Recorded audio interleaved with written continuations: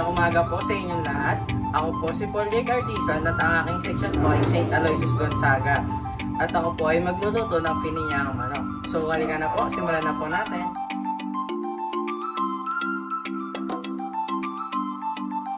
Simulan po natin sa pagpapainit po ng kawali at lagyan po natin ng mantika. Pag mainit na po ang mantika, isunod na po natin igisa ang bawang at sibuyas.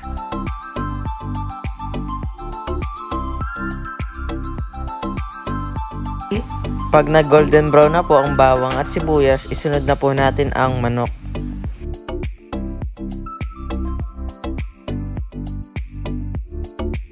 Pagkatapos ay isang kutsa natin ang manok hanggang sa maging medyo brown na ito.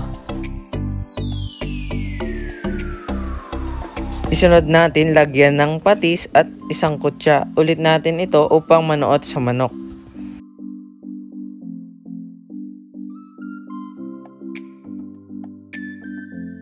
Ilagay naman natin ang patatas at carrots.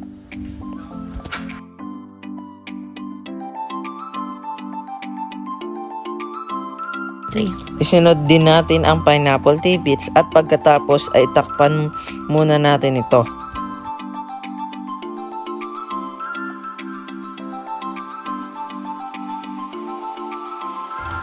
Kapag nagisa na natin ng mabuti ay magdagdag tayo ng tubig upang maluto ng husto ang manok.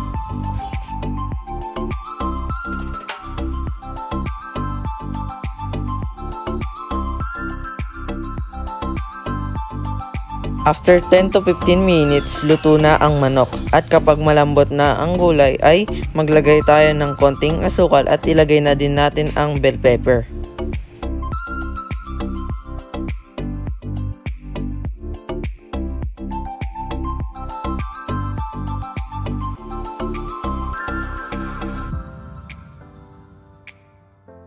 Pagkatapos ay lagyan na natin ng evaporated milk at timplahan ng paminta at asin ayon sa panglasa natin.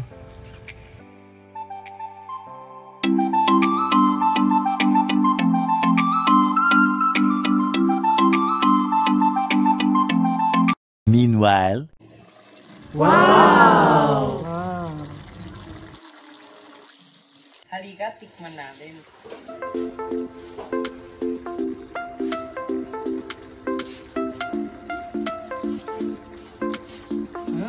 Sarap.